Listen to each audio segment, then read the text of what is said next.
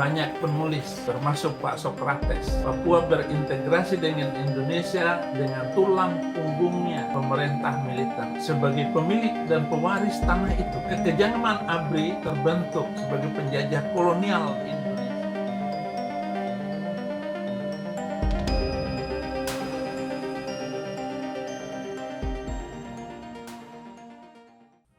Salam saudara-saudara, keberadaan kita umat manusia ini adalah membangun kehidupan manusia lebih daripada apapun, dan manusia itu harus dimanusiakan. Artinya segala martabat kemanusiaan itu harus diperjuangkan oleh sesiapapun. Saya berbicara masalah Papua ini untuk ketiga kalinya karena merasa konsentrasi saya setelah 15 tahun ini, saya merasakan penderitaan bangsa Papua dan penghinaan-penghinaan mereka terhadap mereka terlampau memalukan. Indonesia adalah bangsa yang sudah dijajah oleh Belanda 350 tahun, tetapi baru saja merdeka, Indonesia mengambil alih, menganeksasi Papua Barat menjadi wilayah NKRI. 15 tahun ini setelah saya masuk Kristen, saya sering datang ke Papua dan saya belusukan ke pasar-pasar,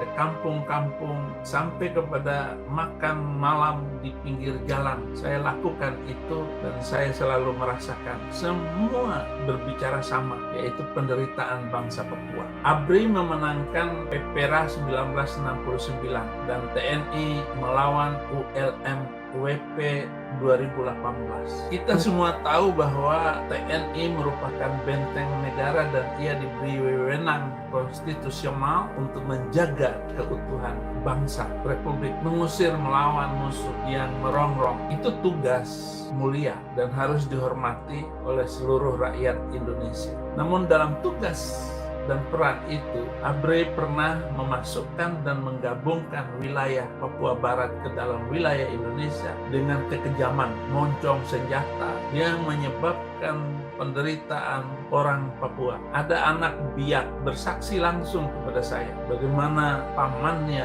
itu dihabisi oleh ABRI. Jadi tulang belulang berserakan itu saksi mati yang bisa dilihat oleh bangsa Indonesia. Tapi apa yang terjadi, saudara-saudara?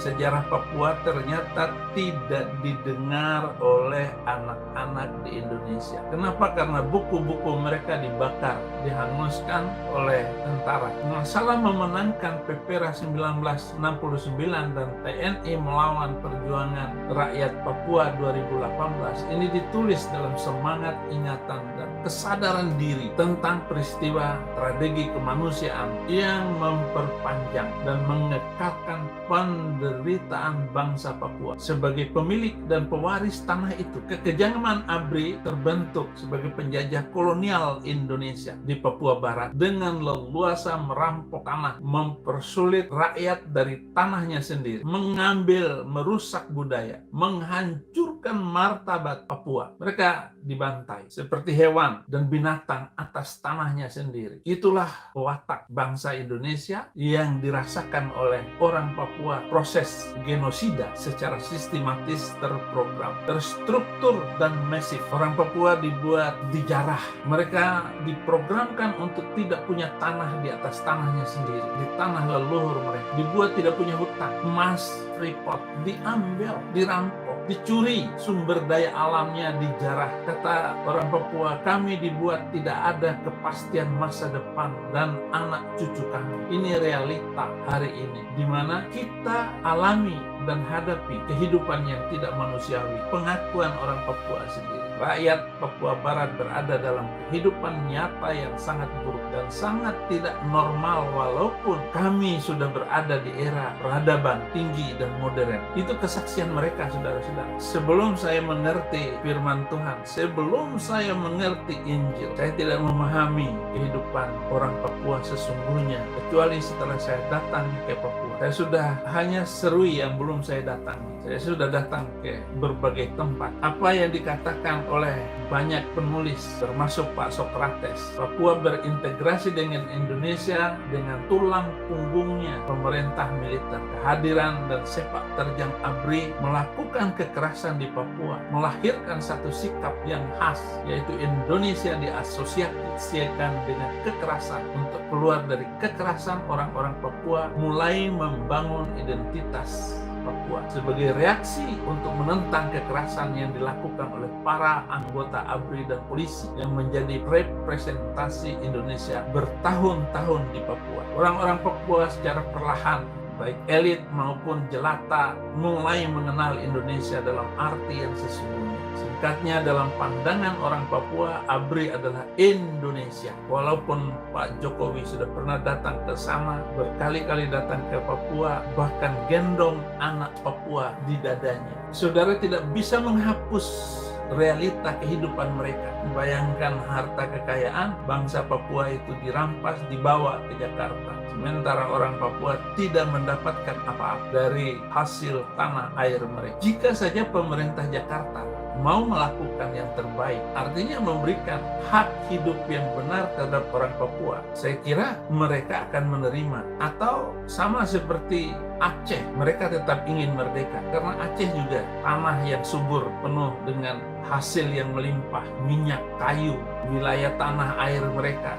Tapi Papua dari mulut singa ke mulut buaya, dari Belanda ke Indonesia. Tetapi semua bersaksi, tokoh-tokoh lama mereka. Sejarah mencatat, Belanda tidak pernah melakukan kekerasan terhadap rakyat Papua. Baru Indonesia inilah yang mengerikan atas bangsa Papua. Profesor Dr. Frans Magnus Suseno membenarkan kekejaman dan kejahatan pemerintah Indonesia terhadap rakyat dan bangsa Papua. Bagaimana dia tahu? Ya, dia orang Kristen dan sering datang ke sana. Frans Magnus Suseno menambahkan, situasi di Papua adalah buruk, tidak normal, tidak beradab, dan memalukan. Karena itu tertutup bagi media asing. Papua adalah luka busuk kalau bangsa Indonesia masih tetap mempertahankannya. Maka Indonesia disebut negara yang tidak beradab, bahkan melanggar Pancasila itu sendiri, sila kedua kemanusiaan yang adil dan beradab. Dan kita melihat atas rakyat Papua tidak beradab. Kita akan ditelanjangi, saudara-saudara,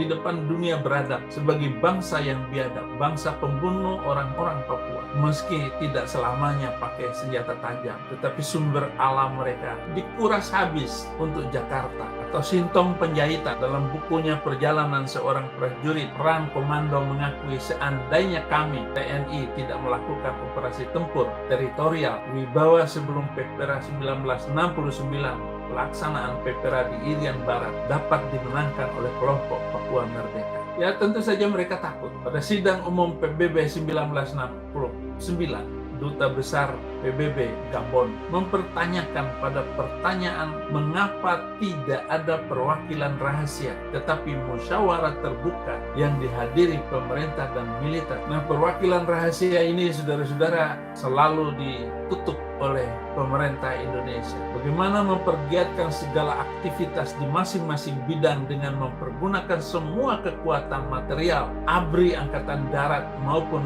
lain angkatan berperang teguh pada pedoman referendum Irian Barat. Dan itu memang harus dimenangkan bagi Papua. Nah, saudara-saudara, siapa saja hamba Tuhan yang pernah ke sana untuk memperbaiki Papua ini? Kalau Anda pernah ke sana pasti setuju Papua merdeka. Ya nggak mungkin lah, karena TNI melakukan operasi ke daerah-daerah yang sedang mau digarap harta kekayaannya. Orang desa-desa itu diusir dengan tuduhan ada OPM, ada KKB. Operasi militer ini terus berlanjut sampai hari ini. Karena saya datang ke tempat sana sampai ke daerah suku paling dalam di Papua sana. Saya berada di tengah-tengah pasar pada saat-saat saya tidak seminar, tidak khutbah. Saya belusukan ke kampung-kampung. Betapa mirisnya kehidupan bangsa Papua. Dan kalau dibangun, maka orang-orang Papua itu rumahnya dari emas.